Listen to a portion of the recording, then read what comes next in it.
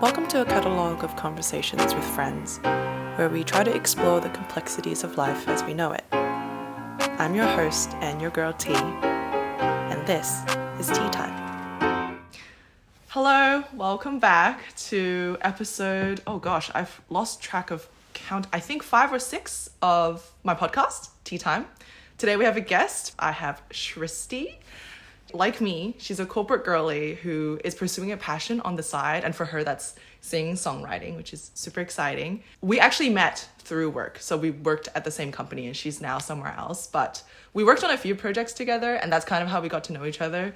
And we actually found out that we got along really well, and so a few years down the track, here we are, and she's on my podcast. Just cool how things work out. We're not gonna lie, this is our third attempt to film this episode. Because it just wasn't clicking. In the spirit of the topic of this episode, which is being true to yourself and like being authentic and honest, sometimes when it doesn't work, it just doesn't work. And I think we're both the types of people who have high standards. And we love to yap. So we sort of did the first episode and we were kind of like, this isn't it. It's not quite hitting the mark. Let's just try again. There's no shame in giving it another go. So then we tried again. And that one was also not our best. Yeah. So here we are. Hopefully third time lucky. This will be the best one yet. We've planned. We have a structure. Mm-hmm. We're going to smash it out of the park. Yeah, hopefully. We really have thought about what we want to say. We've really ruminated. We'll see. You'll see by the end of the episode if this is a stunning attempt or not. Well, firstly, thanks for having me.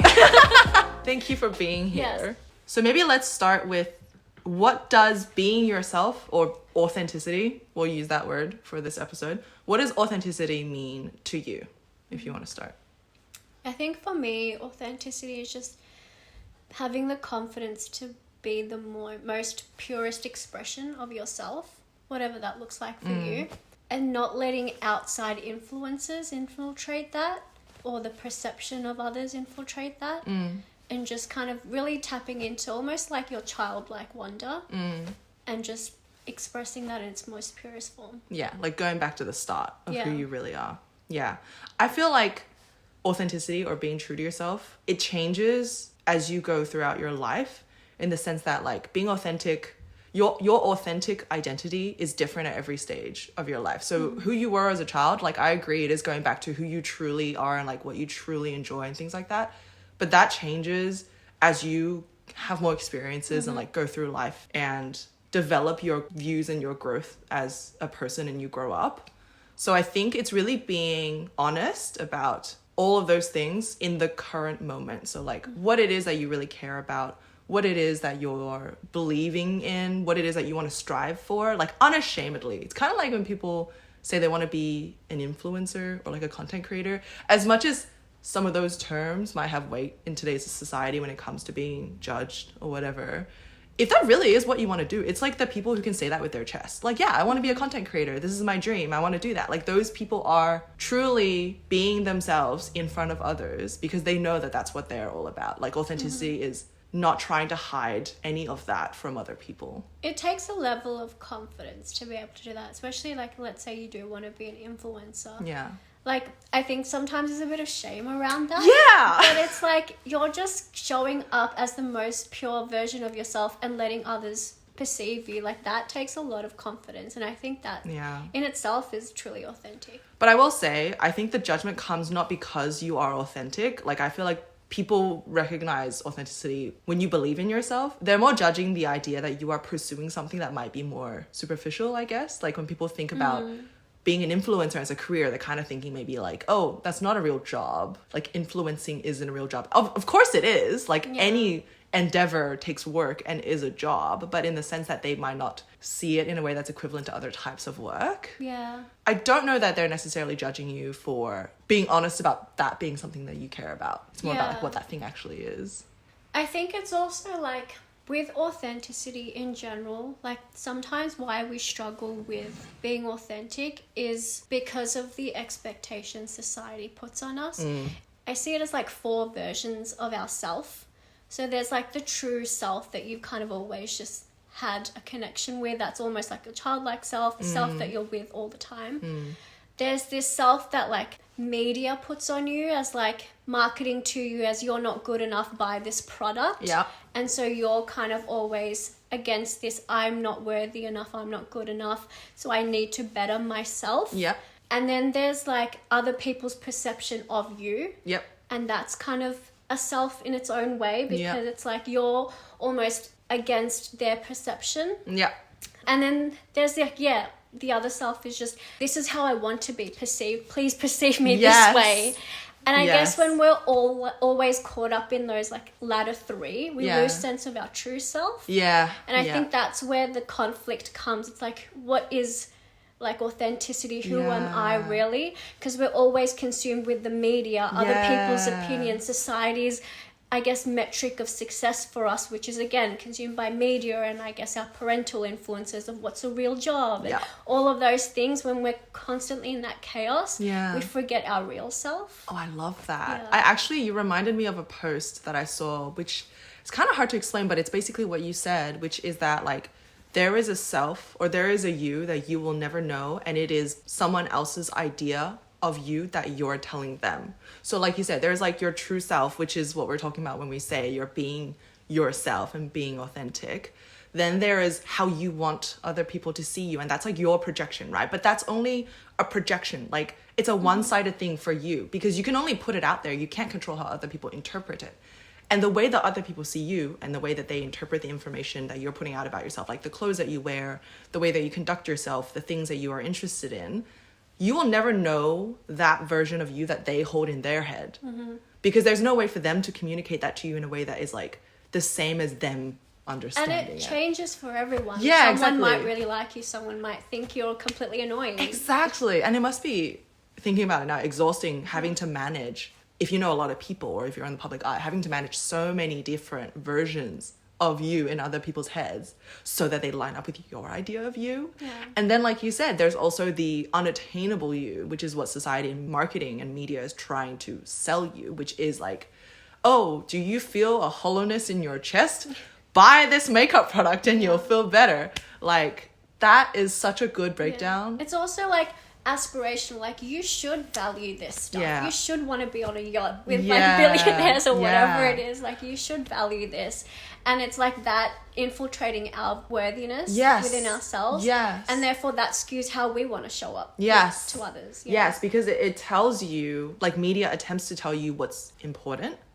And you do lose sight or connection with what you as a person actually hold as important, because it's like not everything can be commodified. Like connection with others or like a love of nature, it's very hard to commodify that kind of thing. But it's very easy for you to be able to standardize the way that a girl's skin should look, or the way that her body should look. It almost goes beyond that. It's like the concept of the pursuit of happiness. Like, have you the seen Will that? Smith movie? Yeah, the movie. I haven't, but I've seen a clip and I know I'm going to be devastated when I do eventually watch it. I think like in the American, I'm going to butcher this, not the Constitution, but in the American, the thing they hold most sacred. Is the pursuit of happiness. It's really like what I'm trying to say in the American culture. The pursuit of happiness is something that they really value, or in any capitalist society. I'd probably also put that into Australia to some extent. Right. And so that's what media tries to play up in a way. It's like, we know that you're pursuing happiness because it's always this fleeting, unattainable thing. So how do we try and sell you happiness? It's the car that you want. It's the makeup that you need to look beautiful and feel good about yourself. It's whatever it is. And so we're always in this attempt to find happiness, but really not attempting to find happiness is the true way out of all of this. I think it's so, like, if we come back to the topic of this episode, which is like, why is it so hard to be yourself?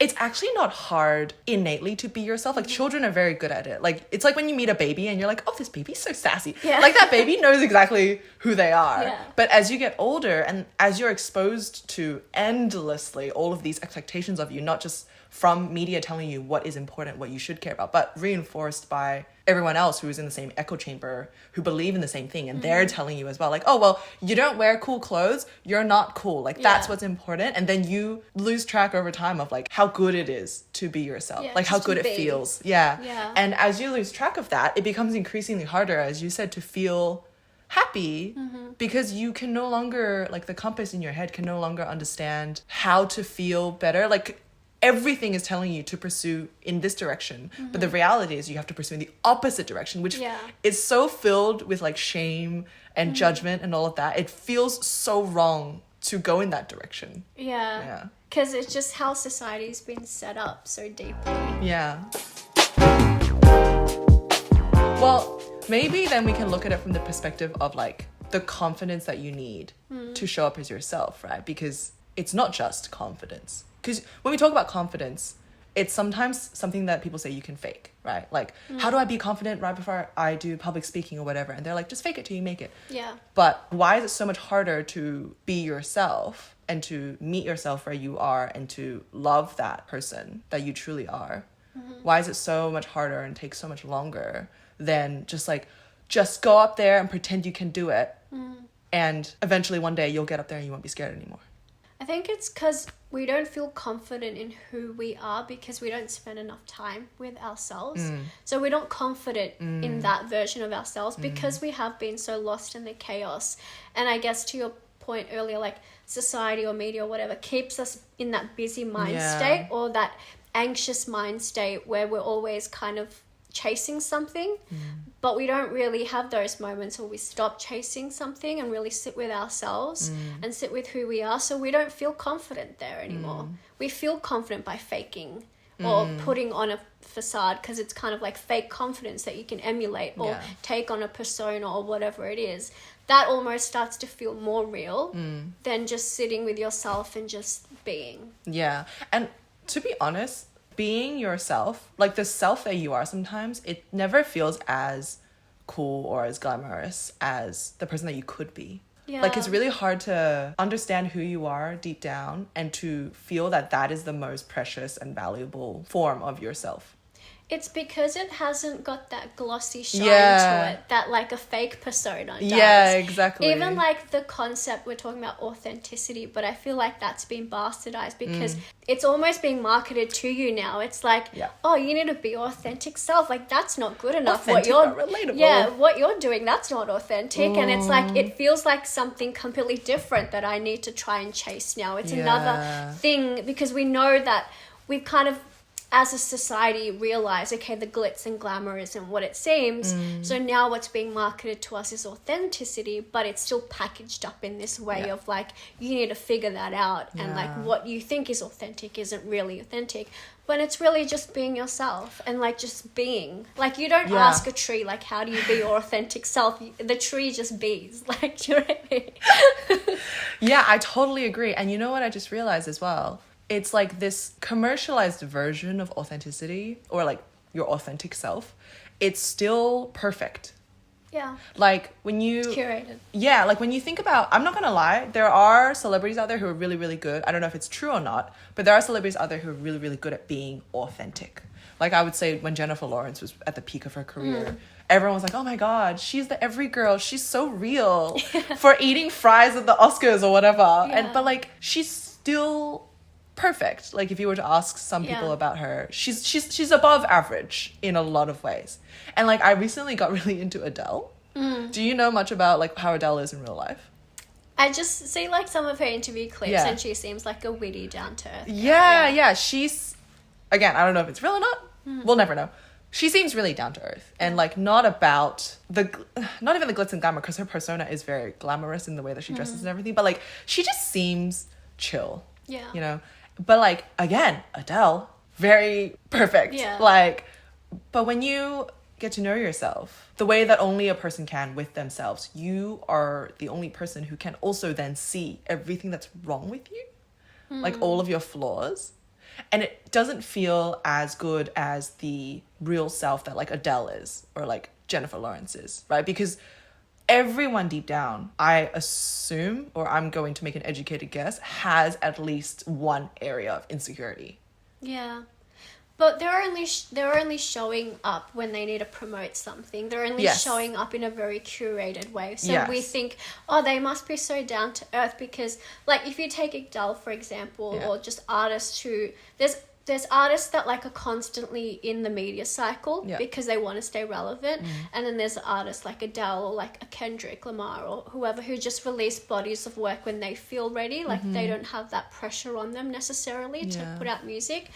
So we think, oh, they must be so real because, like, they only release an album every 5 years. And, like, if you look at Kendrick's album, for example, it's all about, like, they're not like us. Like, you're such a little F-boy, Drake. Like, I'm such a homebody and, like, I care about family. Yeah. And we think, oh, they're so real. Like, he only cared to put out an album every, like, 5 years and he's just talking about, like, home life. That's so real. But that's still curated because it's come out, like, at a time where this is a relevant time in media where we're talking about authenticity and we're criticizing celebrity culture. So that in itself is, like, a bit of a curated project that they're almost, like, releasing in the guise of authenticity. But then what would you say, like, celebrity culture aside, because, like, we'll never be like them, it's not the same. They're not like us. I feel like you're someone who's very close to herself and know your true self. Maybe, in the pursuit. In the pursuit of knowing her true self. But, like, definitely more than I do. Let's use that comparison. Sure. As someone who knows herself more than I would know myself, and you've probably gotten to know the parts of yourself that are flawed, what do you do with those parts of yourself when you're, like, in the process of connecting with your true self and, like, understanding her? As in accepting my flaws? I guess so. Like, what's your reaction if we were to go through, like, from the process of, hey, I noticed that I have this area that I don't know if it's a weakness or if it's a flaw or if it's an insecurity, but, like, I've noticed this about myself. Where do you go from there as part of, like, embracing yourself as a whole and then showing up as that? Yeah, I guess that's a tough question. I think they're just there. Like, probably I should maybe, like, speak out about it or may embrace it more and show up with, like, flaws and all, Beyonce. But I guess they're just there. I don't really pay attention to it. Like, they'll show up and I'll be like, oh, yeah, I'm not good at that, by the way. Like, that's not my strength. Yeah. And I'll just be outright forward with it. Yeah. But other than that, I don't really take the extra step of being like, here are my flaws, by the way. True. Yeah. True. Actually, that's a good point. Yeah. I feel like maybe I approached it in the wrong way because it's kind of like when you're accepting your flaws, it's not something that you have to also, like, bring to the table. Yeah. It's just, like, understanding that they're there. They're there, yeah. And you're still this awesome person that you've always been. Yeah, I mean, like, you just navigate through life with your strengths and your weaknesses. Like, with my flaws, I'll just lean into other people who are better at those things to help me out. Like, I'll recognize what it is and I'll just approach life appropriately. That's how I take it on board. That's fair. It's also kind of like maybe thinking about the fact that everyone has traits. And when a trait is sometimes too much or too little, it becomes a flaw. But the trait itself is neutral. Like, you can't really say, like, oh, this person is dramatic. Let's say dramatic. If you're too dramatic in the wrong instances and you don't know how to read the room, like, maybe that's a flaw because you, I don't know, always need to be the center of attention or whatever. But if you're not dramatic enough, you might not be as sensitive to people who have, like, a lot of feelings and stuff like that because you've never been the kind of person to express a lot. Like, you might be a stoic type who's, like, hard to emotionally connect with. Like, it's kind of a spectrum, right? And so it's not really maybe up to you as judge, jury, executioner to be like, oh, I'm too dramatic. That's bad. It's kind of like you have this trait. You are a naturally dramatic person. That's not good or bad. It depends on the situation, like, the context. Like, you have to read the room. You have to time and place. And that also doesn't mean, like, you're never going to make a mistake. I think that's a big thing. It's like embracing your flaws is like, okay, I understand that this is part of who I am. It's not my ideal form, but it's the way that I am now. And I'm still going to make mistakes. That's part of being human. But I understand more about who I am. And, like, understanding yourself makes it easier to, one, manage yourself in those situations where it might be a little risky for you. And two, forgive yourself when certain things happen because you know that this is who you are. And it's like when someone makes a mistake, like a kid, and they're so upset and you know they feel bad. So there's no need to, like, berate them anymore. You just kind of say like, okay, well, next time don't do it. And they're like crying. They're like, I'm so sorry. And you're like, I don't need to say anything more, right? They understand. It's kind of like knowing yourself in that way. When you do end up making a mistake, you already know how to both discipline yourself, but also like be compassionate to yourself. Yeah, but I feel conflicted in what you just said, because it feels like if we take the dramatic example or the loud example, and maybe I've misunderstood what you're saying, but like, let's say someone walks into the room and they're a bit more louder and they're a bit more flamboyant or whatever, and maybe everyone else kind of isn't like that. And so I guess is what you're saying is like, oh, they didn't read the room correctly. They didn't read the scenario in which they were meant, the context of which they were meant to kind of show up as. And therefore they know they've made a mistake by being themselves, and they need to discipline it, because that feels the wrong message. Yeah, okay. I see where you're coming from. Let me give you an example. Yeah. Let's say there is someone who's naturally, not extroverted, that's the wrong way to use that term, but like outgoing, loud, dramatic, flamboyant type. When you're being yourself, it's what people mean when they say like, don't dim your light for other people, right? Yeah. If other people are like, oh, you're too noisy or whatever, but you're not hurting anyone, then there's no reason for you to feel bad about being yourself. It's not as appropriate to be like that at a funeral. Yeah. Okay. So it's kind of like, be yourself, but still be a good person and sort respectful. Yeah. Like, have the traits that are neutral that make every person different, but still have the positive traits that we need in society, like being respectful and being considerate and all that stuff as much as you can. Yeah, it's kind of, that's two different things. It's like being respectful and all that. They're like virtues that you need to kind of understand and like embody in times. And then there's just traits that are just you. Yeah, but balancing the two. Like, if you don't know virtues, if you don't know how to behave like respectfully or kindly in certain situations, then that's a flaw. You need to work on those. Yes. Doesn't mean you need to dim your light necessarily. It just means you haven't gotten that understanding. Yes. So maybe maybe we've been approaching it with the wrong words. Like, your flaws are not really flaws. Just except in those instances. Yeah, they're just like your traits that you might feel negatively about. Because I know some people might be insecure about, hey, I'm really loud. Am I being too loud all the time? But it's kind of like, that's kind of who you are. Yeah. And there are lots of instances when people might appreciate that. Like, you might be a lot of fun. I know I'm loud and a lot of fun, but like, I gotta pick my time and place, right? But there might be other people who are like, I'm too emotional. Like, I cry too easily. But it's like, you're probably a really, really, really good friend. Yeah, very empathetic. Very empathetic. You're really able to connect with people easily. Just find ways to manage your crying in situations where it might not be appropriate. You know what I mean?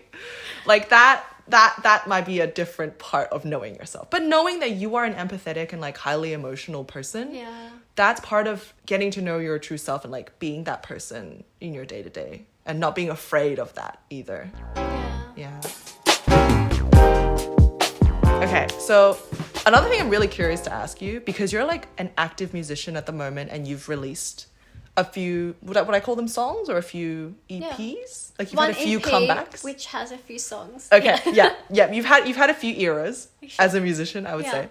Do you feel like it's hard to be yourself as a musician? And how is that different to being yourself as yourself? Because a lot of people who might not have a hobby or a passion in an area where it involves being in the public eye, like being on YouTube or being a musician, they only have to care about one identity, which is like who they are to normal people in everyday life. But then when you have a persona online, and that's kind of like you said, like separate to yourself, like Sasha Fierce is separate to Beyonce, but like Beyonce in real life, there's a different level of being yourself, like the commodified version versus who you really are. So like, what's that like for you?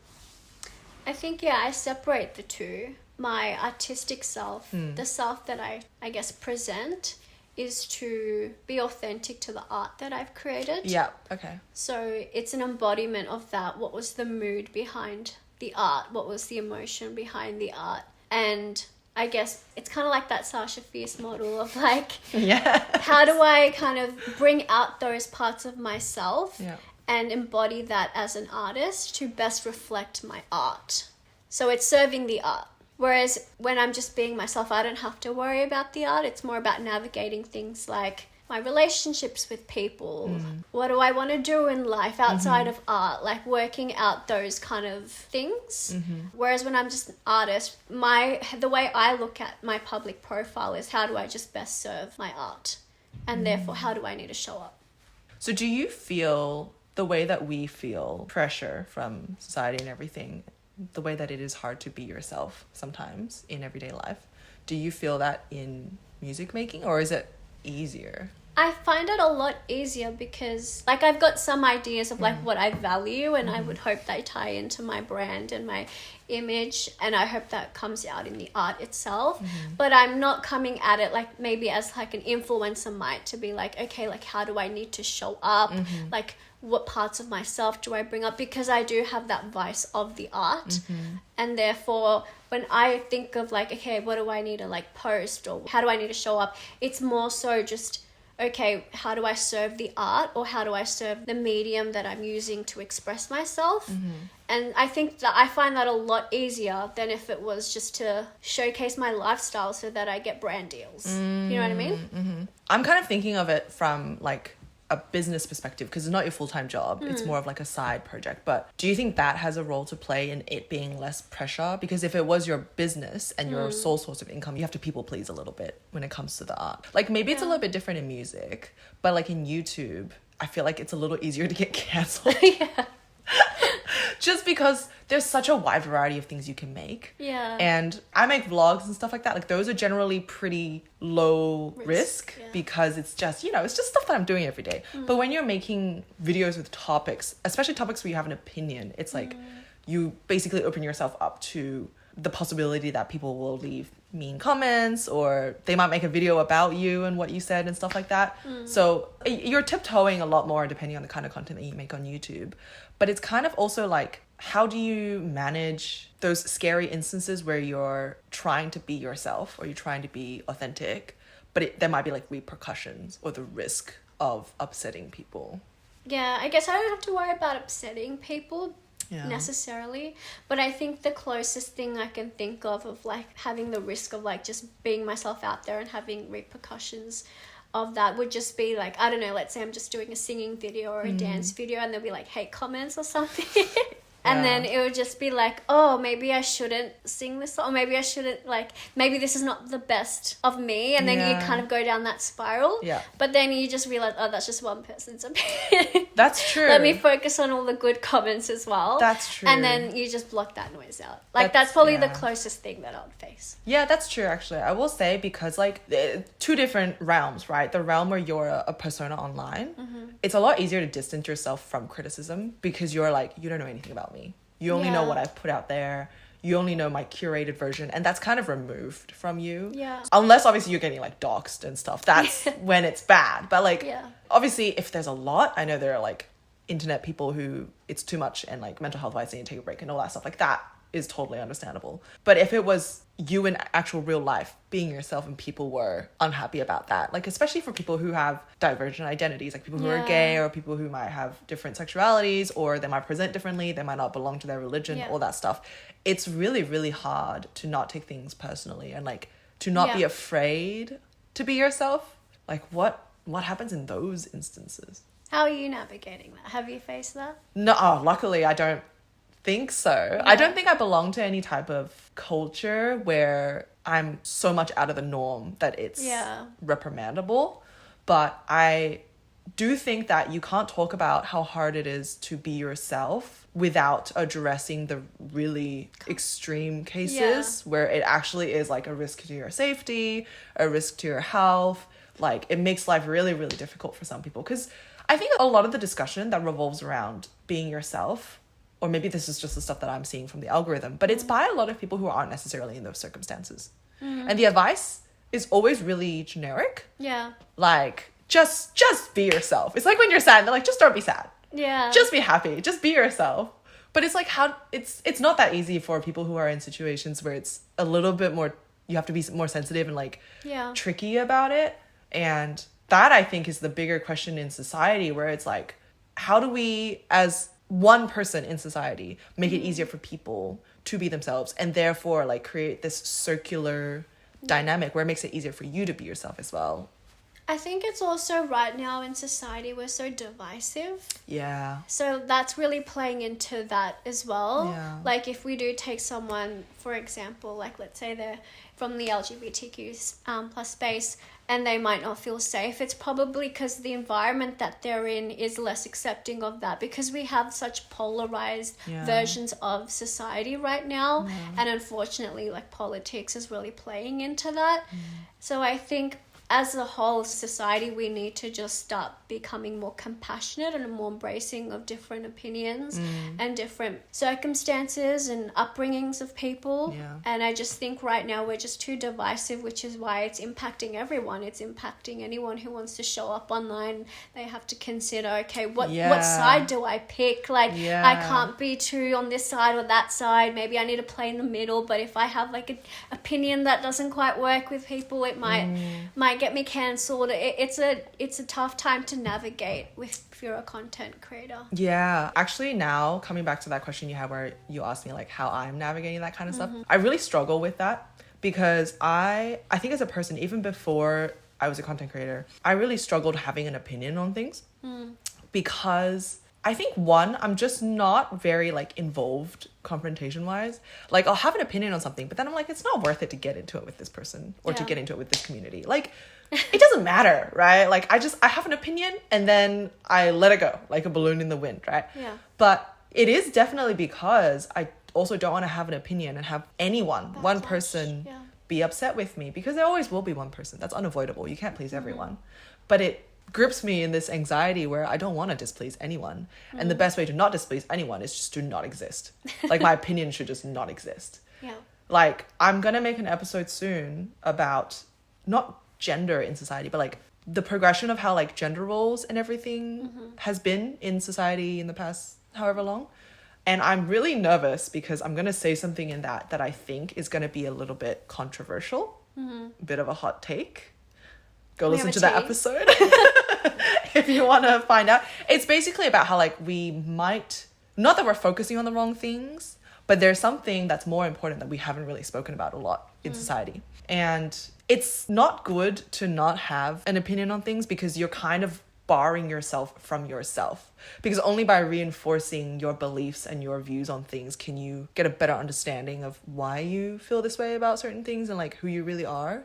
And I really do look up to people who have strong opinions. Not have strong opinions aggressively, but people who know and can disagree agreeably. I think that's really important. It's like disagreeing agreeably. Understand both sides. Yeah, even if you don't agree with them. Like, you know what? I can see where you're coming from. That's not how I see it, but have a good day. Yeah. I think I would hate that you would not want to have an opinion just because of like potential backlash. I think if we want to change society, we need to be able to have healthy discourse, and it takes like a certain type of individual to come up and be brave enough to have those type of discussions with people. And I think the more people see that, the more they'd want to express themselves, and the more a society will change and grow. But it just takes time, and right now it's a conflicting time, and we just need to navigate that a little bit. But I have hope, and I think the more we have those conversations, I think we'll slowly break through. Yeah. Can I take you on a little bit of a tangent? Because I just remembered something that I think is really interesting that's sort of relevant to this. Is I saw this post recently, and it was about how Batman is portrayed in media. And it's basically talking about how Batman, back in like the DC comic days, he's a very empathetic character. Like, he never, he's never vengeful towards the villains. He always understands where they're coming from, and like, you know, they are all created with like terrible backstories. And he also had a bad background. He also came from bad. So if out of everyone, he understands like why they are the way they are, but like he still represents justice in the way that like, just because you came from bad background, there's no excuse to behave badly.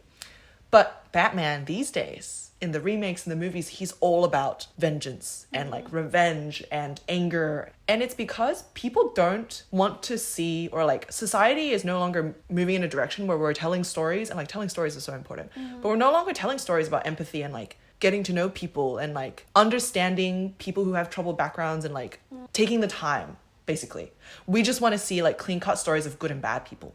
I think it is slightly changing though. Like if we look at like Thanos, for example, had like both sides of him kind of shown. And I think there's a lot of villains now where we're trying to understand, like the Joker. I haven't seen Joker 2 yet, but like, Joker one, we like kind of get to know the origin story, and we have a bit more nuance to his character. We have more empathy for a character like that. But it's us having empathy for the character, right? We don't actually see the hero in the story, the one that we're supposed to look up to, show empathy to that character. Yeah, that's like with Thanos, they still kill him twice. Yeah. Spoiler alert.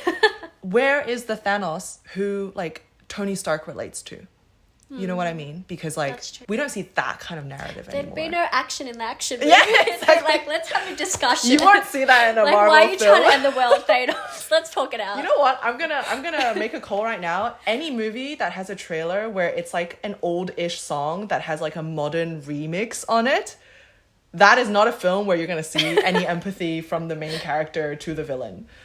But like that's like an indicator, right? Like when I was saying in my episode about mass media and like media literacy, the direction that media moves in is an indicator of like the culture, the values that we hold, the way that people conduct themselves. It's manifest. If you want like a signpost of like a summary of how people treat each other in society now, just watch the movies that we make and the TV shows that we make.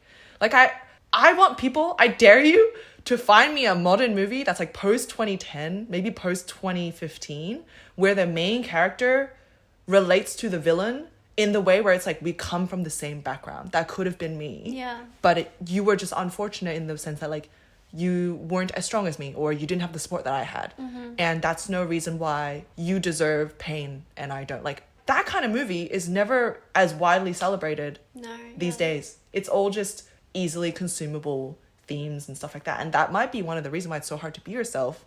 I'm actually writing a song on this. Funny. Wow, there we go. Tease. Tease from her and tease from me. Okay, now that we've covered the crux of this episode, I think it would be really good to hear about like what is one benefit that you get from just being yourself. Because you might listen to this episode and be like, oh my God, it's so hard to be yourself. Why would I even so really... exhausting, this whole topic. It is exhausting. That's what's going on in our minds. Yeah. It's exhausting, but worth it. In the sense that like all good things are worth it. Yeah. But we got to give them some incentive. So why is it worth doing all this work to be more yourself in life? Why do you think? Yeah, I think I almost look at the question as, firstly, like, how do you kind of get there? And for me, that medium is just like sitting with myself, meditating, having those slower moments. And as a result of that, I find myself being more at peace. There's less busyness in the mind. There's less chaos. I have less care for worldly things as well. And like materialism, capitalism, all that comes with it, society's expectations on me. Like when I just look inwards and try and shed the ego, I'm just way more at peace, and I look at life from a whole different perspective, a more compassionate perspective. And I think that's just a better way of living than living in the chaos. Yeah, I totally agree. That was going to be my answer, which is just like you're so much more free when you are yourself. But I'm going to add to that with the fact that put your hand up. I won't see you, but put your hand up if you are like just constantly anxious, like a baseline of anxiety or stress because you are living this false identity and you're living in fear maybe that one day someone will find out that you have a flaw by God and no one will like you anymore, or like something like that, right? Living with that kind of baseline anxiety all the time, your body has a physiological reaction to stress, which is inflammation. I'm gonna do another episode which causes all diseases, by the way. Yeah, but that's the TLDR version. We're gonna do another episode about like health and fitness, but where I'm gonna talk about this. But yeah, you're basically choosing a life where you're living with chronic inflammation, which leads to chronic illnesses, which is like you might hear that and be like, oh, I don't have a chronic illness. Gut issues. Do you have gut issues? That's a chronic illness, and it will manifest later in life in like joint pain, catches up to you. Other illnesses and stuff like that. It makes life harder. And like I saw a post today, I don't remember their names, but one, it was like Richard Simmons and something Richards. One was like a health guru. He died at like 67. He like ate healthy, exercised, everything. And the other guy is like a band person, and he was like a binge drinker, chain smoker, everything. He's still alive at 80, and people were like, I don't believe in the healthy food movement anymore. Like, this is proof that it doesn't work. And I was like, it's literally because the guy in the metal band didn't give a crap. Yeah. He lived a life as free as a bird, knowing that he was who he is and he does what he does, whereas the other guy probably was worrying every day if he got his 10,000 steps. Yeah. Like when you're constantly stressed and you're constantly worried and you're constantly on edge. Your cortisol levels are shooting all the time. Yeah, your cortisol levels are high. Your body doesn't have a chance to repair everything properly. And it's just not good for you in more ways than one. So I think the main benefit to being yourself. And not only that, like we pass on not only physical traits to our next generation, but any mental struggles that we're dealing with as well. Yeah. And if because of media, because of all the things we've talked about, if we're constantly all collectively at this high level of anxiety all the time, that does no good for the other generation after us, because we're just going to pass that on to them as well. Yeah. Like they'll just be born highly anxious, Neurotic. not understanding why. Yeah. It's just going to become a default. You mean like genetically, right? Genetically, like quite literally. Yeah, but you're also role modeling like bad Yeah. behaviors for your kids. If you're someone with children, like think about the fact that like comments that you make offhandedly about things that you don't think matter, your kids are going to take that on and be like, oh, that's a thing that matters. Yeah. Like my mom said that, my dad said this, so that must be something that's important. But it's like if you are able to be more at peace with yourself and like show up as yourself in everyday situations wherever you can and it's safe to, you're telling the next generation or people around you or people who look up to you that it's more important and like better to choose yourself in those instances than like what other people might expect, what society might expect of you, and that it's okay. Like the world won't end after that thing has happened. Yeah. Okay, so what would be maybe one piece of advice that you have to someone who's not currently in a position where they like are being themselves in life? My first advice would be like pump it down or slow it down with Pump it down? no, slow it down on the social media. Oh, yes. Because I think that's a big cause of the chaos. And spend more time, at least initially, you can learn to find your balance later, and spend more time with yourself in those quieter moments to tap into who you are. And naturally your mind will wander, but the things it starts wondering about will be a bit different. It will be more about like, what's my purpose? What's the meaning of life? Like all these like big open-ended questions. Yeah. It'd be less about like, oh my God, what do I need to post on social media, or like how do I show up there, and more about like how do I show up in life. And I think through that natural inquisitive state you'll find a lot of answers which will lead you to peace, which is I guess what's happened for me over the course of many years. And then you'll pick up some tools. You might pick up meditation, or you might just pick up a hobby. Maybe you'll find your flow state through dancing or playing the guitar or whatever it is, and like you'll figure out how those moments of expression also indicate who you are authentically as well. Yeah, nice. I agree. I think my piece of advice is probably going to be just find a way to talk more positively to yourself. Because when you're going through this journey of getting to know yourself and bringing that into your everyday life, it's going to feel really, really jarring, because chances are you're not living the life of the person that you actually are right now. And it's going to mean that people aren't going to find you congruent with who they think you are because you've changed in certain ways. Like, hey, actually, I don't appreciate it when you show up late and waste my time. Like, that's not okay. Like, they might find that, what happened? I've always known you to be a pushover. But, like, you find that you're not actually okay with that. You don't want to be a pushover. Like, it's going to be really hard. But the only person that can be on your side in those times is, as part of this really long journey, and it's going to take a long time, but, like, the only person who can be on your side for sure, yes, you have your partner maybe, yes, you have your best friend, your family, they'll be there for you, but it's not the same as you, right after that moment happens, being with yourself and being like, you know what, that sucked, feel the feeling, that sucked, but it's okay. Like, it's better to be who I actually am and not keep going with a friendship that where I'm like pretending to be someone else, or, you know, whatever it might be. And the more that you can practice that with yourself, the easier it's going to be to find the other parts of yourself that you don't know and accept them and like embrace them and support them to show up in your life more. Because if you're like me, I'm still not someone who's very in touch with their true self and is able to bring that in. Case in point, I don't have an opinion on a lot of things, which is so crazy. But like, the more that I'm trying to just take a chance, like the podcast episodes, sometimes when I have to have an opinion on things, I basically just have to say to myself, like, you know what, you don't have to be an expert to be able to say something. No one on the internet, bar maybe a few, are actual experts. Like, people will just say anything on the internet, and you just have to. That's the point of the podcast. Yeah, that's the point. You just have to take your chances, and like, some people get lucky and everyone agrees, and then some people don't get lucky, and you just have to make another episode and just like leave that part in the past. But it's like, you can't beat yourself up before you've even given it a chance, because you are someone who likes to talk and like philosophically discuss things and explore life in this way. This is your way of like experiencing life, basically. And you shouldn't block that up inside of you because you're worried about what people might think or like how it might come across or how it might be received.